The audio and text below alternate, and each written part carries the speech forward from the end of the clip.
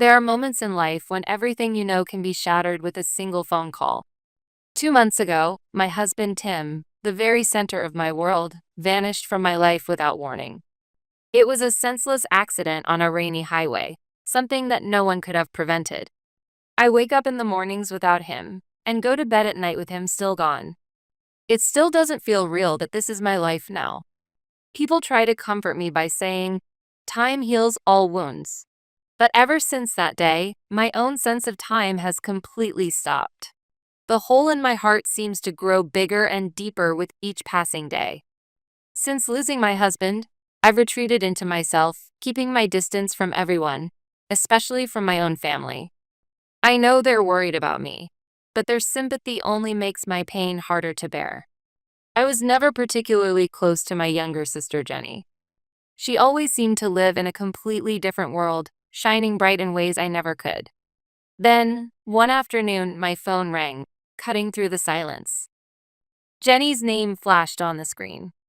It was so unusual that I remember my heart skipped a beat. Hey, Heather. Next Sunday, we're throwing a birthday party for my sweet little Matt's first birthday. You have to come. Matt, my tiny nephew whom I'd never even met. Honestly, I hesitated. Would it really be okay for someone like me, weighed down with grief, to show up at such a joyful event? But then, a thought struck me.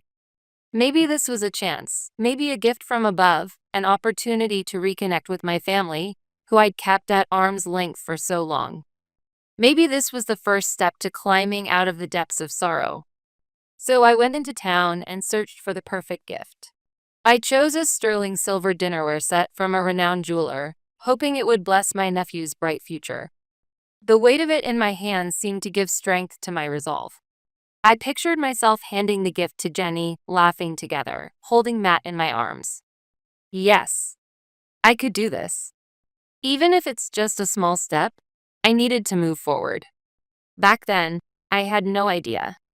That party wouldn't heal my wounds. Instead, it would become the beginning of a cruel trap, one that would strike even deeper and leave me more broken than ever. On the day of the party, I took a deep breath and rang Jenny's doorbell. The moment the door opened, I was hit by a wave of lively music, sweet perfume, and laughter that seemed to bounce off the walls. Inside, the house looked like something out of a fairy tale, pastel-colored balloons and garlands everywhere. The living room was packed with elegantly dressed guests, Jenny's friends and distant relatives, chatting with drinks in hand. Everyone looked so happy, while I, in my black dress, like a mourner at a funeral, felt like a colorless ghost, utterly out of place. Heather, you made it. Jenny wove through the crowd to greet me, her figure-hugging dress and flawless makeup making her shine. Happy birthday. Where's Matt? Oh, he's napping in the back room.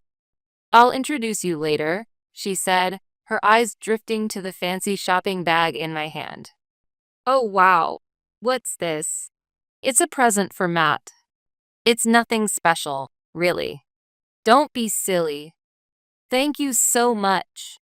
With a theatrical gesture, Jenny hugged me, then immediately took the bag and disappeared toward a table piled high with gifts. That was the extent of our conversation, just a fleeting exchange, yet I felt exhausted. About an hour later, when the party was at its peak, Jenny suddenly picked up a microphone and tapped her glass.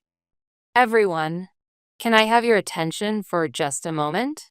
The music stopped, and every eye in the living room turned to her. I looked up, wondering what she was about to say. I'm truly happy to be able to celebrate my son Matt's first birthday with all of you today. Thank you so much. Warm applause filled the room. Jenny smiled, pausing for effect, then, as if dropping a bomb, spoke her next words. And on this special day, I have something very important to share with you all. She took a breath and looked straight at me. For a split second, I saw something cold flash in her eyes. Until today, I've kept this a secret. But the truth is, Matt's real father is. Someone in the room let out a sharp, audible gasp. The man who died 2 months ago, my brother-in-law, Tim, Heather's husband, he's Matt's real father. Every sound in the living room vanished. It was as if time itself had frozen. All at once, everyone's gaze turned toward me, piercing me with a mixture of curiosity and confusion. What is she saying? Tim? My mind went completely blank. I couldn't process any of it, but Jenny just kept talking, her voice turning cold and sharp, nothing like the sweet tone from earlier. As Tim's only child, Matt is rightfully entitled to his inheritance of the $250,000 he left behind. Half of that, and the house Heather currently lives in, should actually go to this child. I could feel the world twisting around me, reality warping in slow motion. Jenny's words seeped into my heart like poison, each syllable carrying more malice than the last. Was this some sick joke?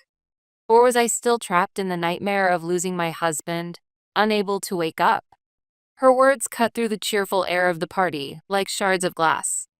All around, the guests whispered nervously, unsure how to react. Some looked sympathetic, but most were curious, their stares pricking my skin like needles. Somehow, I managed to move my unsteady legs forward, coming to stand in front of Jenny.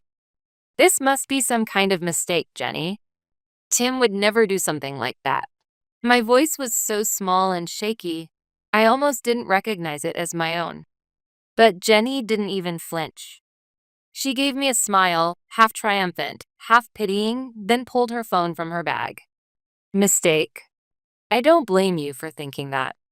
You never really knew Tim at all, did you?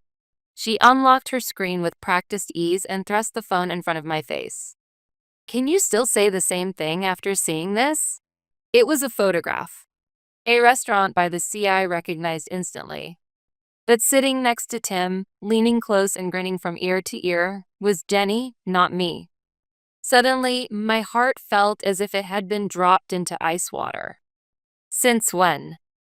Since the summer before last.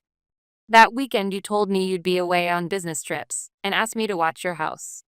Jenny began to swiping through the photos, almost enjoying herself. More and more secret memories appeared. A picture of the two of them kissing in what looked like a luxury hotel suite. Jenny curled up asleep in Tim's car. And worst of all, a string of private messages. I can't keep lying to Heather any longer.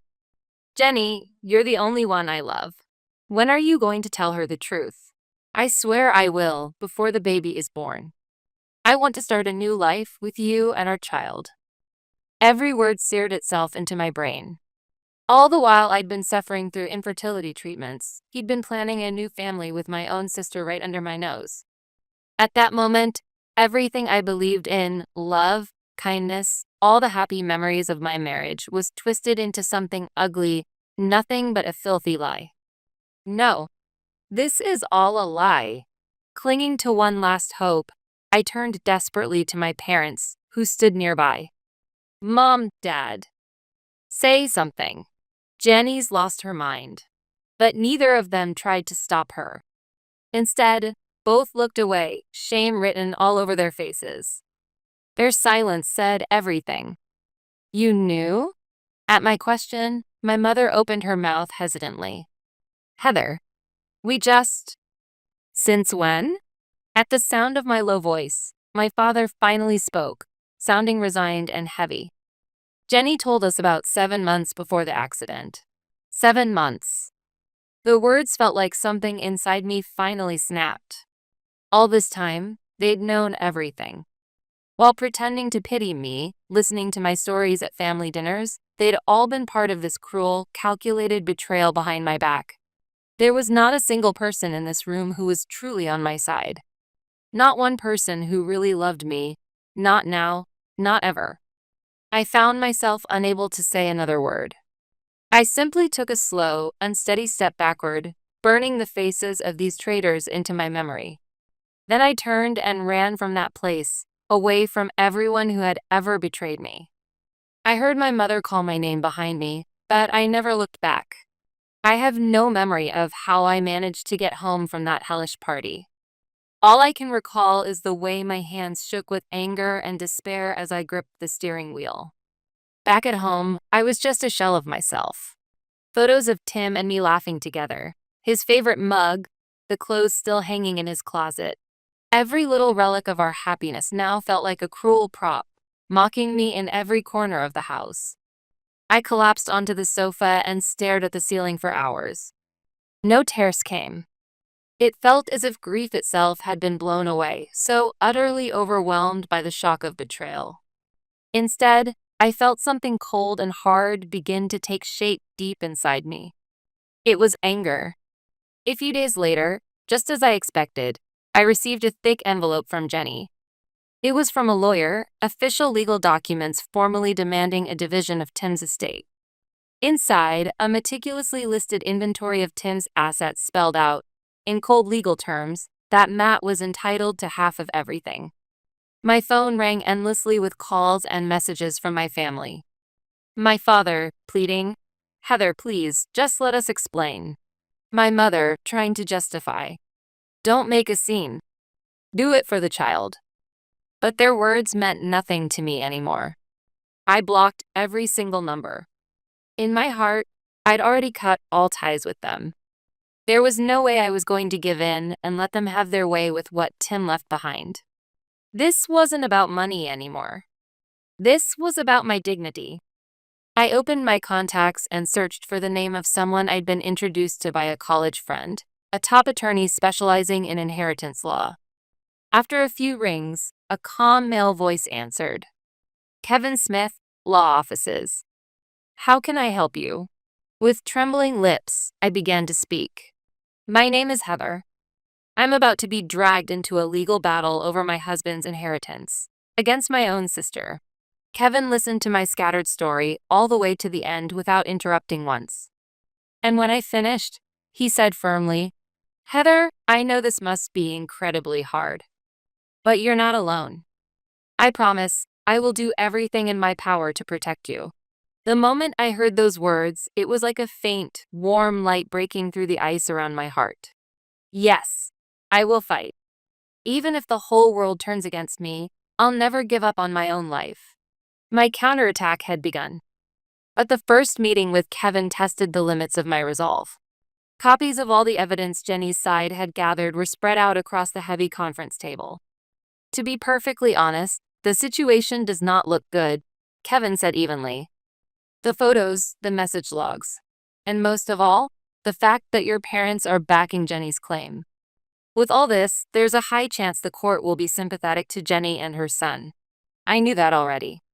But hearing it again from an expert made the truth hit even harder, weighing me down. Could I really win? Was this fight just a hopeless, desperate struggle? Doubt crept in like a black fog, slowly suffocating my confidence. That night, as I sat sunk deep into the sofa, staring at nothing, my phone buzzed softly. On the screen was Wynne, my mother-in-law. I'd told her about today's meeting. After the party, it was Wynne, not my own parents, who came running and wrapped me in her arms. Even when Tim was alive, she and I had been able to talk about anything, as if we were real mother and daughter. But now, I was almost afraid to feel her kindness, knowing I might disappoint her. After a few rings, I steeled myself and picked up, my voice barely a whisper. "Hello? Heather? It's me. Are you okay? I was worried about how your meeting went today." Her warm, caring voice on the other end was just the same as always. And in that moment, everything I'd been holding back threatened to overflow. "I'm sorry. The situation. It's as bad as it gets. The lawyer says the evidence Jenny prepared is just too strong. Even my own parents are backing her lies. He says I barely have a chance of winning." I could hear Wynne gasp on the other end of the line as she listened to my trembling voice. After a few seconds of silence, she spoke with a quiet, steely determination that was nothing like before. "Heather, listen to me. This isn't over. Absolutely not." The force in her words left me momentarily stunned. "But the evidence. If it's evidence you need, we have it too. There's one undeniable truth that can overturn all of Jenny's lies from the ground up." She paused for a moment. "It's something I promised Tim I would take to the grave to protect his honor. I've kept it to myself all these years. But this isn't the time to hesitate. Tim's real honor is in protecting the happiness you shared. Heather, can we meet tomorrow? There's something I have to give you. And there's a truth I need to tell you in person. I could feel her seriousness even through the phone, and all I could do was nod weakly. The next day, we agreed to meet at a quiet cafe in the center of town. I arrived first, nervously sipping coffee to soothe my dry throat as I waited. A few minutes later, Wynne walked in. She sat quietly across from me, her expression full of pain as she looked at me. Thank you for coming. First, I need you to believe this. Tim never betrayed you. Those words hit me like a tidal wave. Gina called me, crying, after she found out what happened at the party. She was heartbroken about having to break a promise she made to Tim. But she said, if it's to protect my brother's honor and Heather, then I have no choice. So she told me everything. Wynne slowly, carefully relayed what her daughter had shared. About 6 months before the accident, Tim came to his sister Gina, desperate for advice. He told her that your sister Jenny had been pursuing him relentlessly. At first, he tried to turn her down gently, but her behavior escalated. She even showed up at his work. No, Tim loved you too much to ever want you to find out. He told Gina, Heather is sensitive. I can't let her suffer because of family drama. So he asked her to keep it secret. All those photos and messages Jenny showed at the party? They were all malicious fabrications, created by her alone. Wynne met my eyes directly. Then, from her leather bag, she pulled out a slightly worn brown envelope and slid it across the table to me. With trembling hands, I opened the envelope. Inside were several medical records, bearing the name of a local general hospital. The moment I read the technical medical terms, I was at a loss for words. Diagnosis: azoospermia. Male infertility. Probability of natural conception is nearly 0. It felt like I'd been struck in the head. Wynne quietly explained. When he was a student, Tim was in a car accident. He survived, but afterwards, the doctor found an abnormality in one of his testicles. Further testing revealed he was infertile. The only people who ever knew were me and Gina, whom Tim told himself. Tears streamed down my cheeks, unstoppable. But they weren't tears of sorrow. They were tears of relief, because the love I believed in had never been tainted. My husband had never betrayed me. Even while suffering as a man, he kept that secret with his sister, fighting the burden alone so he could protect me. A new feeling took hold in my heart, a quiet, unyielding resolve, harder and stronger than anger. This was no longer just a fight for my own dignity. Now, I was fighting to protect the honor of the man I loved, and the truth of our marriage together with his family. With this, I could completely overturn the flawless lie Jenny had created. It was the one piece of absolute, undeniable evidence. I gripped the medical records tightly. The air in the courtroom was cold and tense. In the gallery, relatives from the party and curious onlookers whispered, their eyes boring into me. All I could do was stare straight ahead, clutching Kevin's hand tightly at my side. On the witness stand, Jenny played the tragic heroine. A plain black dress, barely any makeup. With the occasional tear and trembling voice, she told her forbidden love story with Tim as if it were gospel truth. We truly loved each other. But we couldn't bear to hurt my sister, so we kept it secret. My parents took the stand next, perfectly backing up Jenny's lies. My mother cried as she described their struggle with the relationship. My father testified gravely that Tim was truly looking forward to Matt's birth. Their story was airtight, and even the judge's face seemed to be softening with sympathy for Jenny. I could even hear quiet sobs from the gallery. It felt like I was being slowly suffocated, caught in an inescapable web of malice.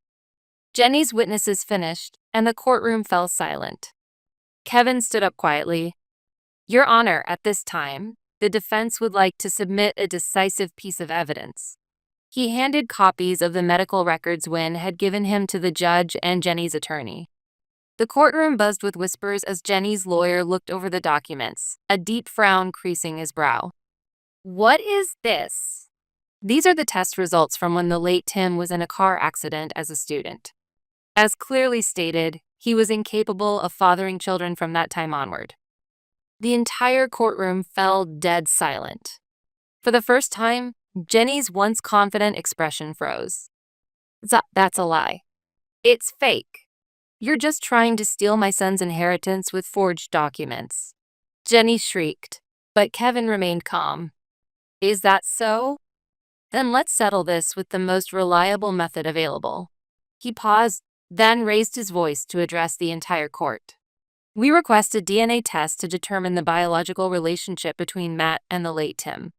In that instant, all color drained from Jenny's face. She tried to force a crooked smile. It's pointless. Tim's body was so badly damaged in the accident, he was cremated. There's no one left for comparison. No, Kevin replied gently, shaking his head. There is. He turned to the doors at the back of the courtroom. We'd like to call Wynn to the stand, Tim's biological mother. At that, the doors opened and Wynn entered the courtroom with quiet dignity. A wave of shock swept through the gallery. Jenny and my parents stared at her in utter disbelief. Wynn walked straight to the witness stand and spoke clearly to the judge. I'll take the test. If Matt is truly my grandson, let the truth be revealed here and now. The judge looked gravely from Wynn to Jenny, who was now ghostly pale, and brought down the gavel. Request granted. A DNA test will be conducted, and court will reconvene once results are available. Jenny collapsed into her chair like a marionette whose strings had been cut. My mother rushed to support her, but both their faces had lost all trace of confidence. Those 3 weeks waiting for the DNA results felt like an eternity. Inside, I was torn between wanting desperately to believe in the truth Wynn had given me and the fear of what might happen if things went wrong. But unlike all the hopeless nights before, I could finally see a glimmer of dawn at the end of the nightmare. And then, the day arrived. I held tightly to Wynn's hand, barely breathing, as the judge began to speak. The DNA test results were read aloud, and a hush fell over the courtroom. Based on the submitted DNA evidence, there is no genetic relationship between Matt and Wynn. Therefore, it is conclusively determined that the late Tim is not Matt's biological father. The judge's solemn voice echoed through the room. Jenny sat there, shaking uncontrollably, muttering, "No, no," over and over. My parents beside her looked as if they'd turned to stone. The elaborate web of lies they'd spun together crumbled instantly before the undeniable truth of science. The court finds fully in favor of the defendant, Heather. The sound of the gavel marked the end of this long nightmare. Outside the courthouse, the cold air felt wonderful on my flushed cheeks. As I took a deep breath, my parents came rushing over, panic and regret written all over their faces. My mother sobbed, and my father looked more broken than I'd ever seen him. Heather, please forgive us. Jenny fooled us. Can't we try to be a family again? We're so sorry for everything. But their words left no trace on my heart. I looked them both in the eye and told them, quietly but firmly, forgive you? It's far too late for that. This isn't some silly mistake you can brush off as being tricked. Even while I was suffering through infertility treatments, even while I broke down at Tim's funeral, you stood by my side pretending to be caring parents, knowing the entire truth. Your apologies aren't for me. You just want to escape your own guilt, for your own sake. The family I once longed for no longer exists. Right there, in front of them, I pulled out my phone and deleted their numbers, without a shred of hesitation. And I swore I would never look back again. I turned and walked away. Across the street, Wynn leaned against her car, waiting quietly for me. The moment she saw my face, she asked softly, "Are you okay?" At that gentle question, all the tension inside me finally melted away. For the first time in months, I felt a genuine smile spread across my face. Yes, I'm okay, Wynn. Or rather, I will be, from now on. As we got into the car, I finally brought up something that had been on my mind. That apartment in the city that Tim left behind. There are too many painful memories for me there. I just can't live in it anymore. If it's not too much trouble, I'd like you to have it. Wynn's eyes widened in shock. Oh, Heather, I could never accept something like that. Please, take it. You helped me get my life back. This isn't just a thank you. It's the first gift I'm giving, by my own choice, to the new family I found. She was speechless, emotion glistening in her eyes. Gently, she reached out and squeezed my hand. Thank you. I've never had a daughter of my own. To think I'd finally gained such a wonderful one, right at the very end. Half a year has passed since then. I've returned to work and am pouring myself into an exciting new project. On weekends, Wynn and I meet for dinner or visit art museums together. The honest stories she shares about Tim's childhood somehow bring me peace. I've received several letters of apology from Jenny and my parents, but I throw them away without opening a single one. Sometimes I catch my reflection in the mirror and am surprised by the woman I see there. She's not the person I used to be. She's no longer the broken woman crushed by grief, nor the widow trembling with rage. Life really is strange. Just when I thought I'd lost my family forever, I found a new one in the most unexpected way. This wasn't the life I had planned. But maybe, just maybe, this is exactly where I was always meant to be.